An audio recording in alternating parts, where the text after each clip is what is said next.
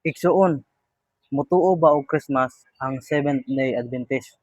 So, ang tubag nato ana igsuon, mutuo gyud og Christmas ang Seventh-day Adventist.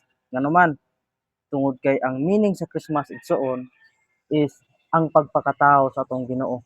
So, tinuod man gyud mga igsuon nga natawo ang atong Ginoo Kristo, no? Kung atong basahon ang Mateo chapter 1 or chapter mga igsuon, naa nato dinha mabasa ang pagpakatao sa atong Ginoo.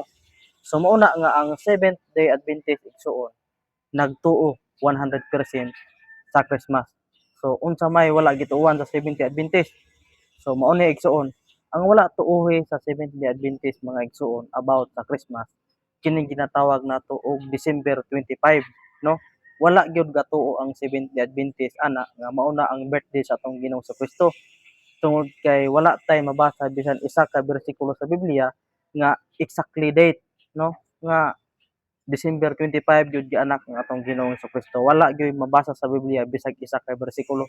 Una nga ang wala gituohan sa Seventh-day Adventist na about sa Christmas. Pero kining pagpakatao sa atong Ginoo about sa paghinatagay, giving, gituohan na sa Seventh-day Adventist, no? Tungod kay tinuod man nga nagpakatao gyud ang atong Ginoo, mabasa gyud nato sa Biblia. Pero kanang December 25 wala gatuo ang Seventh-day Adventist na nagsuon tungod kay kanang December 25 kung imong tan-awon sa history, gi-celebrate kana noong una mga igsuon na birthday sa usa ka Dios sa pagano ang December 25. Unya mao na nga wala gituohan sa Seventh-day Adventist kay ila man gibalhin sa birthday kunuhay sa atong Ginoo Kristo pero wala man tayo mabasa sa Biblia mao na nga wala nagtuo ang Seventh-day Adventist nga ang birthday sa atong Ginoong Kristo is December 25. Mao kana siya igsuon. Now karon ang mga tao nga wala gatuo sa Christmas, no?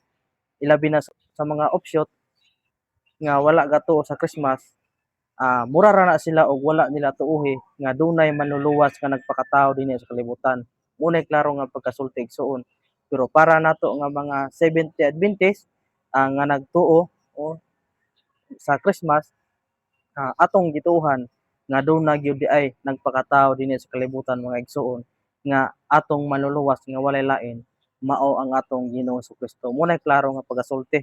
Mao na nga sa tanang mga Seventh-day Adventist diha ug sa mga non-Adventist, Merry Christmas and advance Happy New Year kanatong tanan. Daghang salamat sa inyong pagtan-aw igsuon, hinaot nga naatay nasabtan about sa Christmas nga dili di ay December 25 gyud ang exactly date sa birthday sa atong Ginoong Kristo but gatuo gyud ta sa Christmas igsuon. Kaya ang Christmas di ay ang kahulugan sa Christmas is ang pagkatao sa atong Ginoo o